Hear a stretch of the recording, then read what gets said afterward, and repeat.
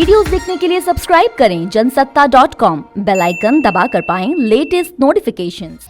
दोस्तों नमस्कार, मैं आचार्य राजेश चित्रपूर्ति आज आपको नागपंचमी व्रत के बारे में बताने जा रहा हूँ।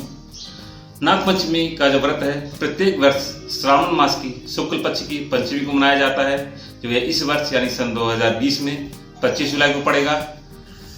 पंचमी की शुरुआत 24 जुलाई को दोपहर 2:35 से हो जाएगी और 25 जुलाई को दोपहर 12:03 तक रहेगी। बहुत सी जगहों पर जैसे बंगाल है, राजस्थान इत्यादि में है, वो कृष्ण पक्ष की पंचमी को ही वो नागपंचमी मनाते हैं, लेकिन और जगहों पे श्रावण मास की शुक्ल पक्ष की पंचमी को ही नागपंचमी मनाते हैं। इसमें जो पूजन विधान है वो सुबह उठ करके आप नित्य कर्म से निवृत्त होकर के स्नान ध्यान करके धुले वस्त्र पहन के नागपंचमी के व्रत का मन में आपको संकल्प करना चाहिए।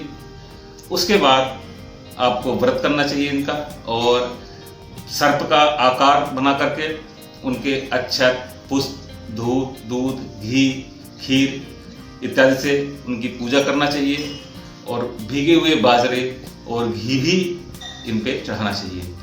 और ब्राह्मण से आपको नागपंचमी व्रत की कथा सुननी चाहिए, और कथा सुनने के बाद आपको ब्राह्मण को खीर खिलाना चाहिए, घी युक्त खीर खिलाना चाहिए। घी युक्त खीर खिलाने का विशेष महत्व है नागपंचमी के दिन, और उनको लड्डू भी खिलाना चाहिए।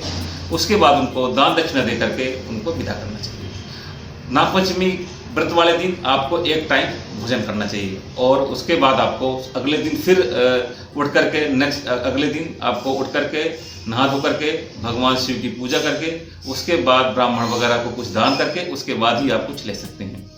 इन नागपंचमी व्रत की एक पौराणिक कथा भी है। एक किसान था, वो अपने पत्नी और 2 बच्चों के साथ, मतलब एक लड़की थी उसके साथ बहुत सुखी जीवन जी रहा था।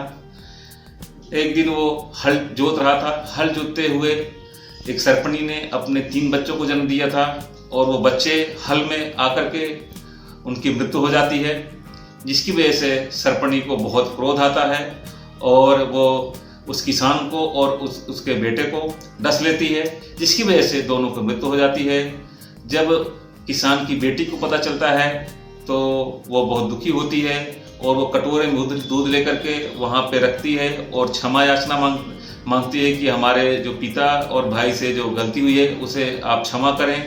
तो सर्पणी को ये सब देख करके सर्पणी का क्रोध शांत हो जाता है, और वो अपना जो विष है किसान से और उसके बेटे से वापस ले लेती है, जिसकी वजह से किसान और उसके पुत्र जीवित हो जाते हैं। तब से उस दिन जो है ये श्रावण मास की शुक्ल पक्ष की पंचमी होती है।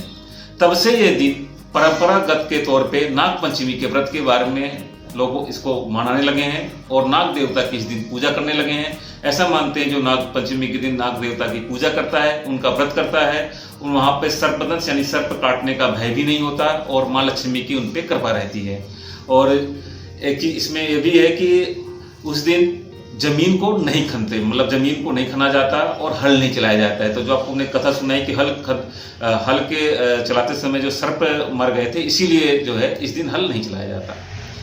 तो दोस्तों ये रही नागपंचमी व्रत का विधान। आज के लिए इतना ही। नमस्कार।